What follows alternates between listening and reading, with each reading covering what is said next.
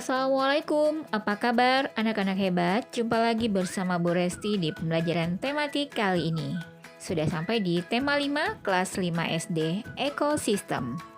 Nah, sebelum mulai pembelajaran, kita berdoa dulu agar pembelajaran menjadi berkah. Nah, di video pembelajaran ekosistem part 1 ini, Bu Resti akan membahas pengertian ekosistem dan jenis makanan hewan, kemudian pengelompokan hewan berdasarkan makanannya. Setiap makhluk hidup memerlukan makhluk hidup lain dan lingkungannya untuk kelangsungan hidup. Makhluk hidup berinteraksi dengan sesama maupun dengan lingkungan tempat hidupnya. Hubungan timbal balik antara makhluk hidup dan lingkungannya disebut ekosistem. Ekosistem terdiri atas dua komponen, yaitu komponen biotik atau makhluk hidup dan komponen abiotik, benda tak hidup. Komponen biotik adalah manusia, hewan, dan tumbuhan, sementara contoh komponen abiotik adalah tanah, udara, air, cahaya matahari, dan suhu. Jenis makanan hewan. Di dalam suatu lingkungan, selain terdapat berbagai jenis makhluk hidup, juga terdapat benda tak hidup. Salah satu jenis makhluk hidup adalah hewan. Hewan tidak dapat membuat makanannya sendiri. Oleh karena itu, hewan memerlukan makhluk hidup lain untuk dijadikan sumber makanan. Secara umum, jenis makanan hewan terbagi menjadi dua, yaitu tumbuhan dan hewan. Tumbuhan, bagian tumbuhan yang umumnya dimanfaatkan sebagai bahan makanan adalah daun, buah, dan biji-bijian. Contoh hewan pemakan daun adalah kuda, ulat, koala, kambing. Contoh hewan pemakan buah adalah kelelawar, orangutan, kera, dan burung.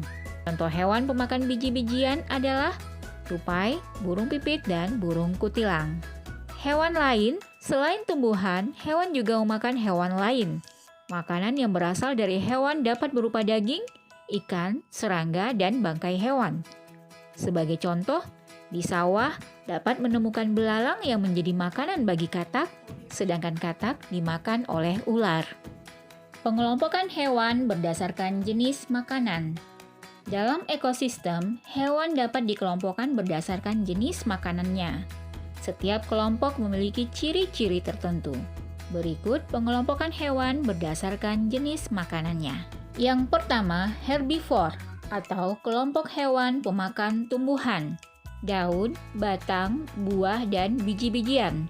Susunan gigi terdiri atas gigi seri untuk memotong makanan dan gigi geraham yang lebar dan kuat untuk mengunyah makanan.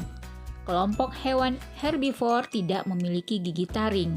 Contoh hewan herbivore antara lain domba, kupu-kupu, dan kuda. Kelompok yang kedua adalah karnivor atau hewan pemakan daging. Hewan karnivor memiliki gigi taring atau paruh yang tajam dan kuat untuk mencabik dan merobek daging mangsanya. Contohnya adalah buaya, lumba-lumba, dan singa. Selanjutnya kelompok yang ketiga adalah omnivor. Kelompok hewan pemakan segala, tumbuhan maupun hewan lain. Susunan gigi terdiri atas gigi seri, gigi geraham, dan gigi taring yang berkembang dengan seimbang. Contohnya adalah ayam, bebek, dan beruang. Yang keempat adalah insektivor, yaitu kelompok hewan pemakan serangga.